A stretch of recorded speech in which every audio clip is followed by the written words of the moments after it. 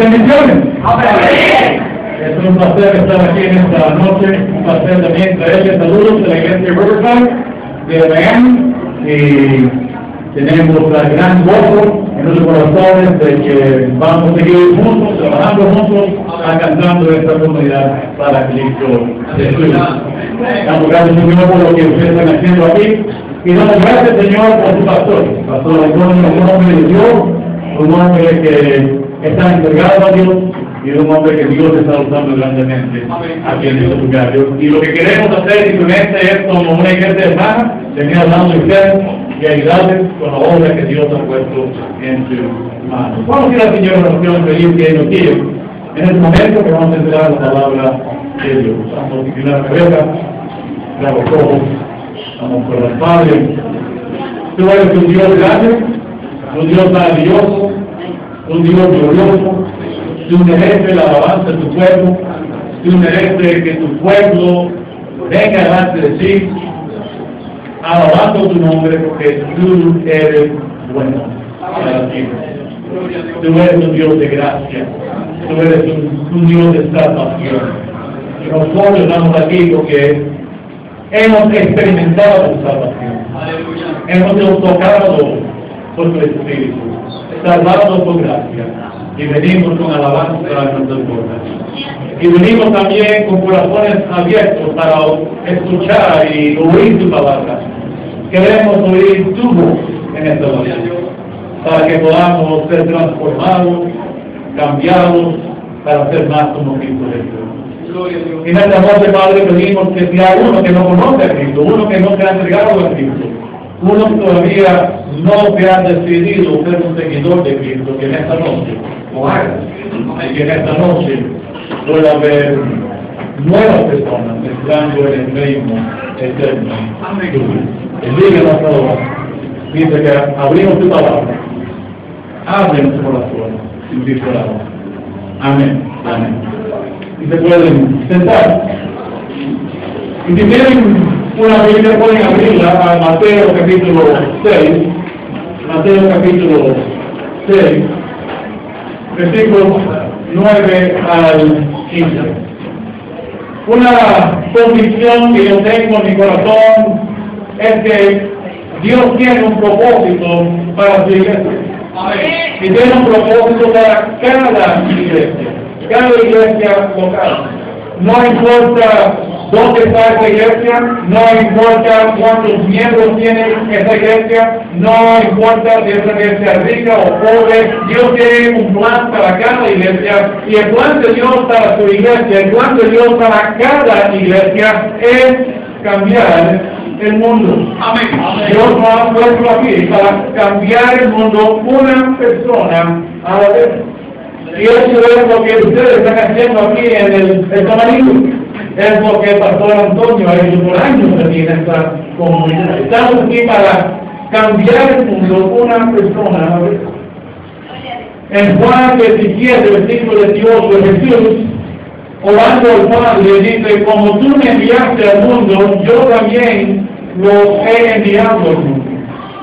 Jesús dice: Padre, como tú me has enviado, y el Padre envió a Jesús a este mundo para hacer ¿qué? Para cambiar el mundo. Padre, como tú me has enviado, yo envío a mis discípulos, y yo envío mi iglesia. En Juan 20, 21, encontramos que Jesús, después de su resurrección, habla con sus discípulos y dice: paz a vosotros, como el Padre me ha enviado, así también yo envío. Como el Padre me ha enviado para cambiar el mundo, yo os envío. Por esa razón estamos aquí. Pero eso nos trae una buena pregunta. La pregunta es: ¿cómo lo hacemos? Pues cuando vemos la iglesia y vemos los miembros de la iglesia y vemos los que son seguidores de Jesús, la mayoría de nosotros no somos personas famosas o personas grandes o personas poderosas o personas ricas, personas que según el mundo podemos impactar el mundo. Somos personas comunes. Entonces, ¿cómo cambiar el mundo? ¿Cómo vamos a hacer esta obra que Dios ha puesto en nuestras manos? Y la respuesta es la oración. El poder se encuentra en la oración. Encontramos que la iglesia primitiva comenzó en la oración. En Hechos 1 encontramos a Jesús como discípulo de los 40 días después de su resurrección, y él dice a sus discípulos que no salieran de Jerusalén, pero que esperen la promesa del Padre, la promesa del Espíritu Santo. Ahora, cuando Jesús le dijo a los discípulos de esperar en Jerusalén y no salir hasta que venga el Espíritu Santo, ¿cómo sería de esperar? Esperar haciendo qué? Bueno, obviamente esperar en oración, porque en Hechos 1:14 leemos estas palabras: todos esos estaban unánimes, entregados de continuo a la oración, junto con las mujeres y con María, la madre de Jesús, y con los hermanos de él. ¿Cómo esperó la iglesia la venida del Espíritu Santo? Mientras que estaban en Jerusalén, esperaron esa venida en oración. Mientras que estaban en oración, dice la Virgen, cuando llegó el día de Pentecostés, estaban juntos en un mismo lugar, obviamente orando, y vino el poder de Dios sobre la iglesia. Amén. Y encontramos que desde ese día adelante la iglesia ha hecho su obra a través de la oración. Cuando la iglesia está orando, hay el poder de Dios. Cuando la iglesia no está orando, no hay poder, no hay cambio, no hay paz. Entonces, la manera que Dios quiere que hagamos la obra que ha puesto nuestras manos es a través de la oración. Gloria a Dios. Y hoy quiero que veamos una oración que yo creo cambia el mundo. Una oración que cambia el mundo. Y esa oración es la oración que muchas veces llamamos el Padre Nuestro, o la oración del discípulo, o la oración modelo. Jesús nos enseña en Mateo capítulo 6 cómo orar, nos da un modelo, y si seguimos ese modelo vamos a encontrar la oración que cambia el mundo. Quiero leer aquí en Mateo capítulo 6, el segundo versículo 9. De nuevo, puede que se ponga en pie desde que doy lectura esta porción de la Biblia, y ustedes me pueden seguir en sus Biblias, y voy a leer la palabra de Dios. Dice Jesús: vosotros pueden orar de esta manera: Padre nuestro que estás en los cielos, santificado sea tu nombre. Venga tu reino, hágase tu voluntad, así en la tierra como en el cielo. Danos hoy el pan nuestro de cada día, y perdónanos nuestras deudas como también nosotros hemos perdonado a nuestros deudores. Y no nos metas en tentación, mas líbranos del mal, porque tuyo es el reino y el poder y la gloria para siempre jamás. Amén.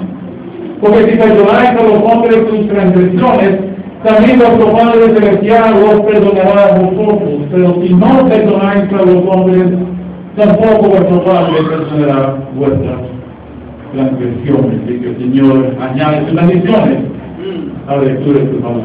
Y que pueden entrar de nuevo.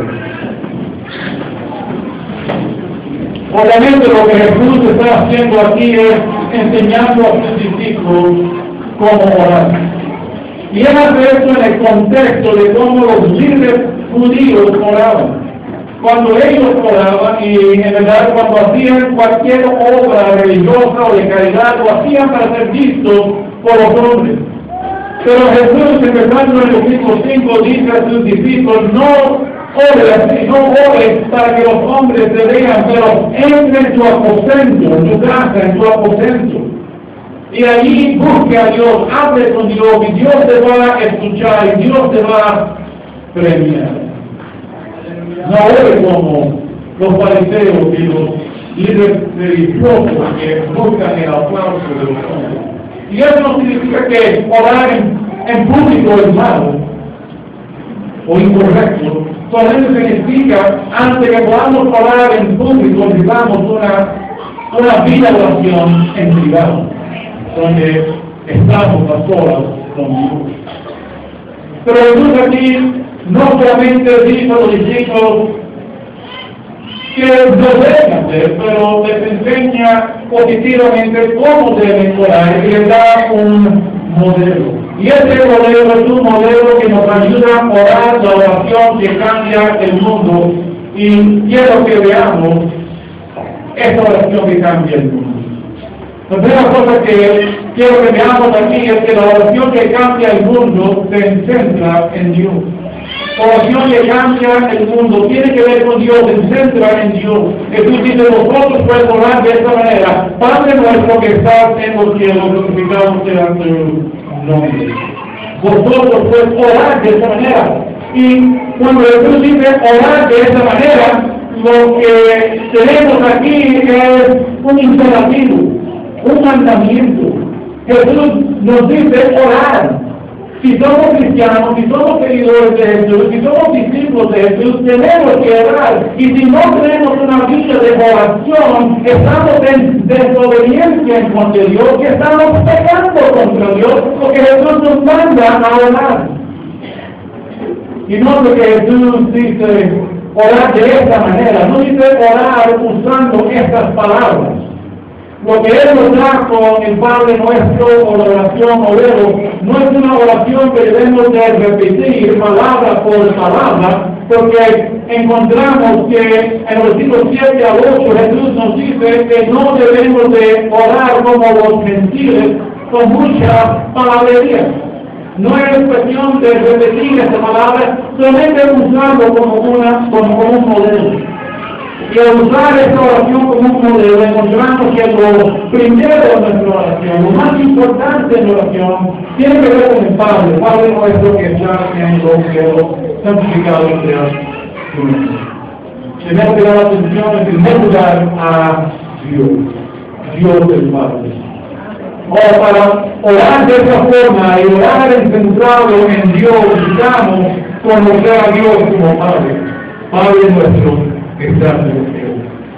Esta invocación enfatiza la cercanía de Dios, la intimidad con Dios. Para orar, Dios tiene que ser nuestro Padre. Y seguramente la palabra que Jesús usó aquí en su lenguaje arameo fue la palabra Abba. Y Abba es una palabra que significa papá, intimidad. Ahora, los judíos conocían que Dios era el Padre de la nación de ellos, pero nunca se atrevían a llamar a Dios Padre con la intimidad con que Jesús está enseñando a sus discípulos aquí. Pero Jesús nos dice que para orar y para orar de tal forma que Dios está en el centro de nuestra oración, necesitamos conocer a Dios como Padre, como Abba, como Papá.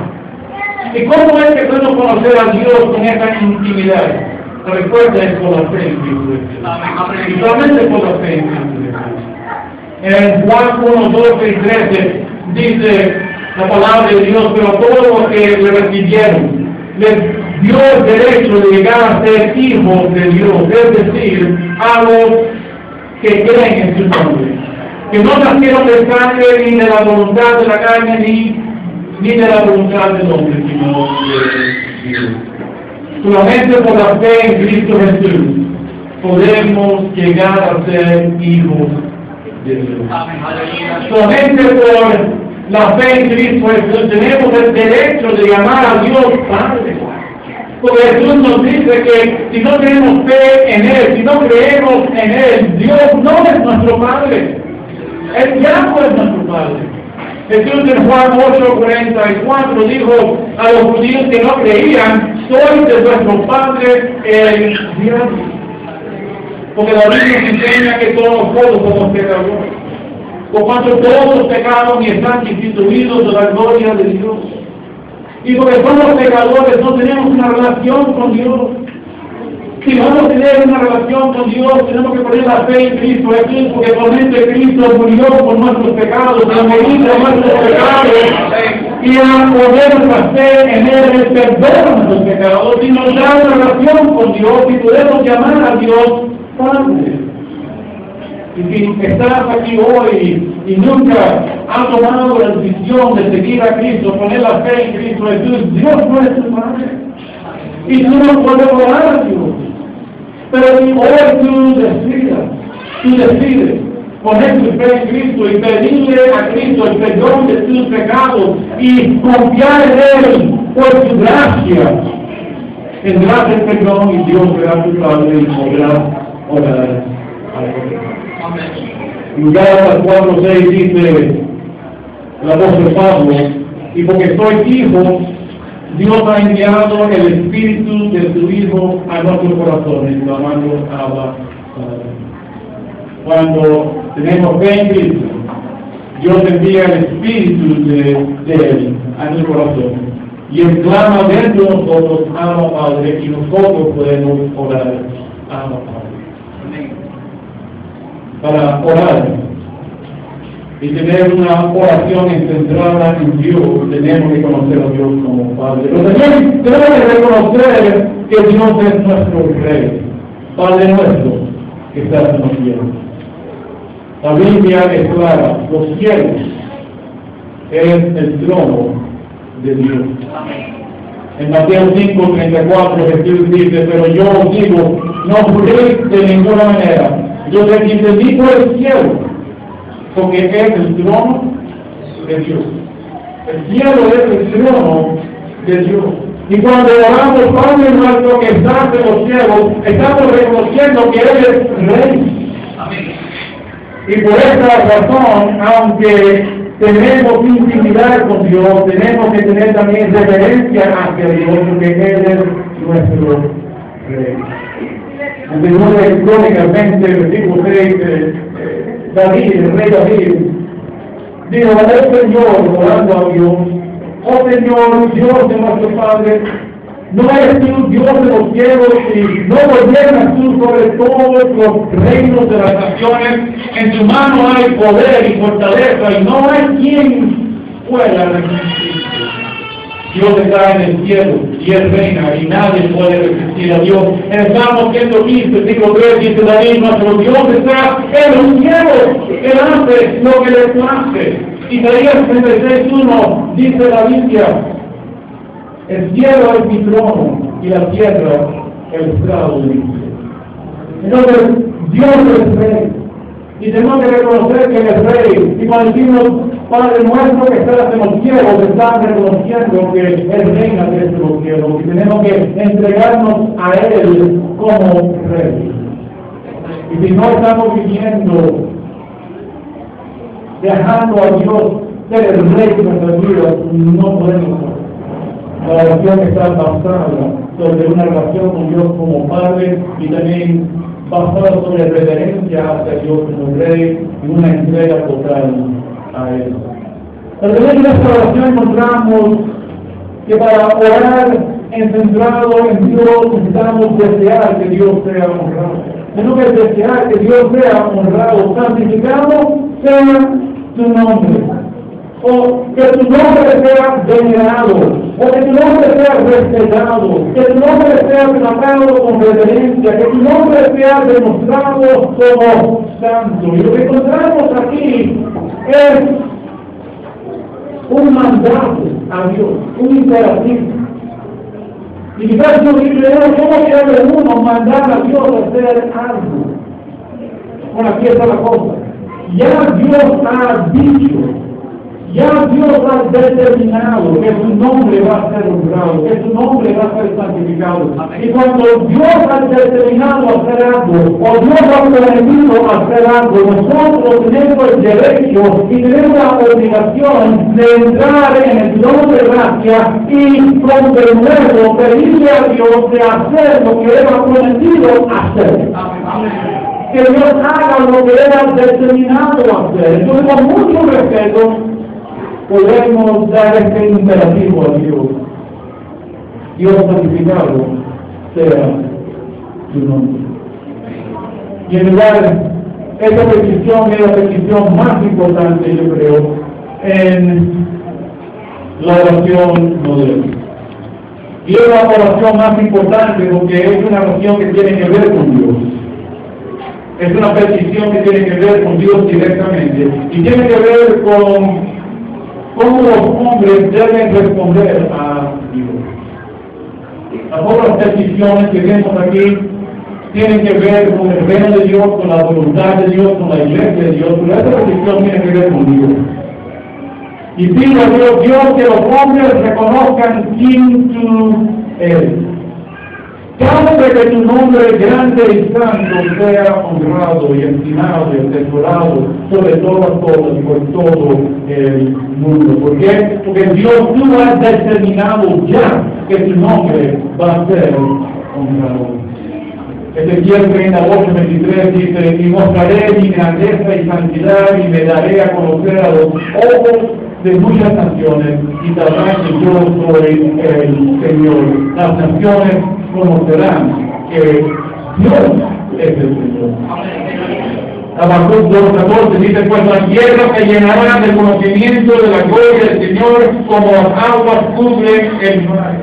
Malaquías 1:11 dice: porque desde la salida del sol hasta su puesta, mi nombre será grande entre las naciones, y en todo lugar se ofrecerá incienso a mi nombre, y ofrenda pura de cereal. Pues grande será mi nombre entre las naciones, dice el Señor de los ejércitos.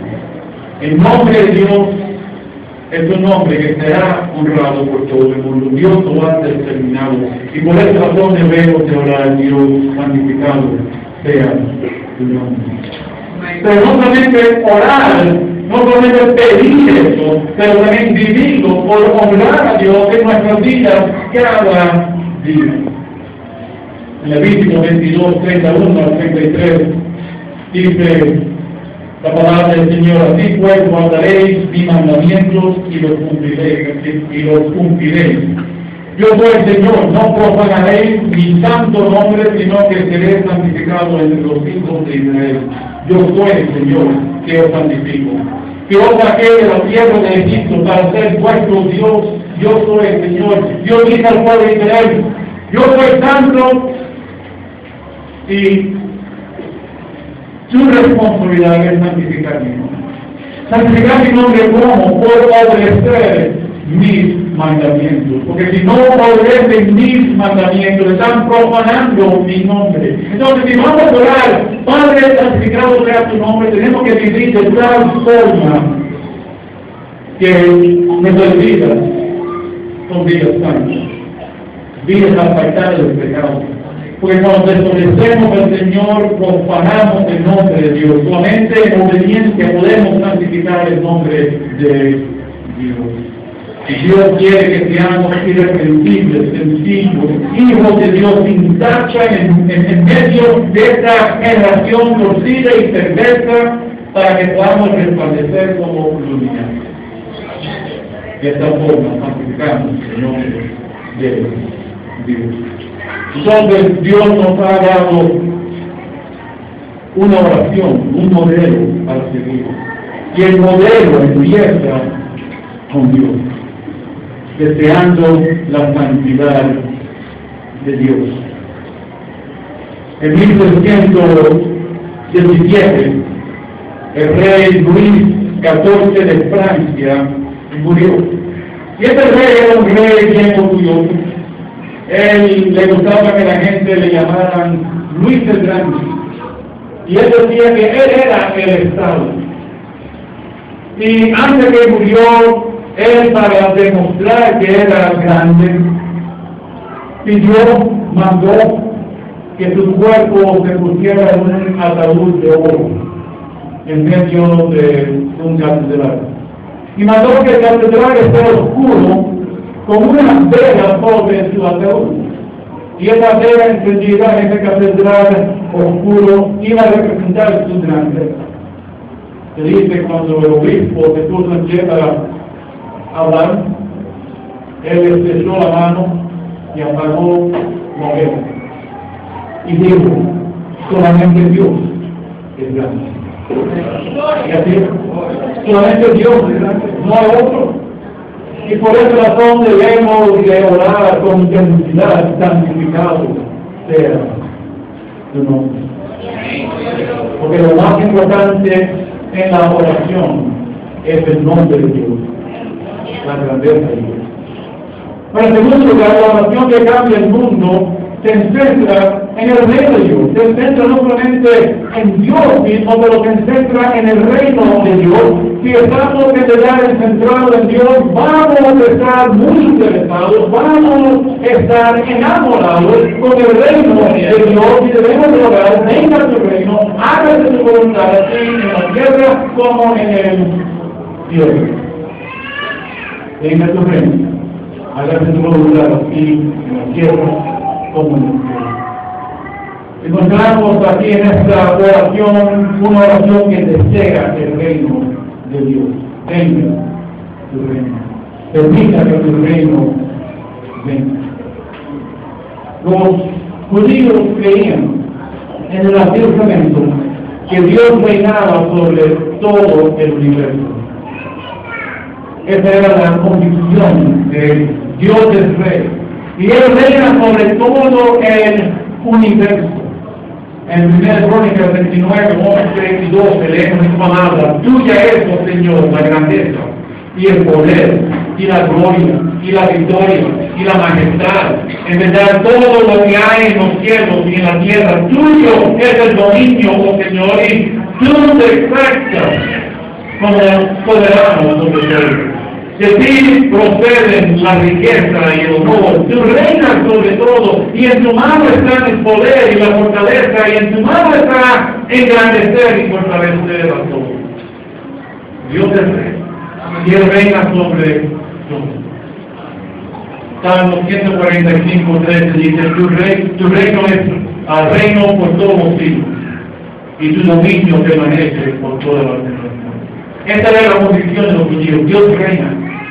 Pero también sabían y creían que en este mundo, en esta provincia del reino de Dios que llamamos el mundo, hay rebeldía, y hay desobediencia, y hay idolatría. Y los judíos oraban que el reino de Dios pudiera venir sobre esta tierra para que ya no haya rebeldía contra el reino de Dios. Y los judíos creían que este reino un día iba a venir a través de uno que ellos llamaban el Mesías, el ungido. La promesa del ungido, del Mesías, empieza en el libro de Génesis, después que Adán y Eva caen en pecado. Dios promete a Adán y Eva que de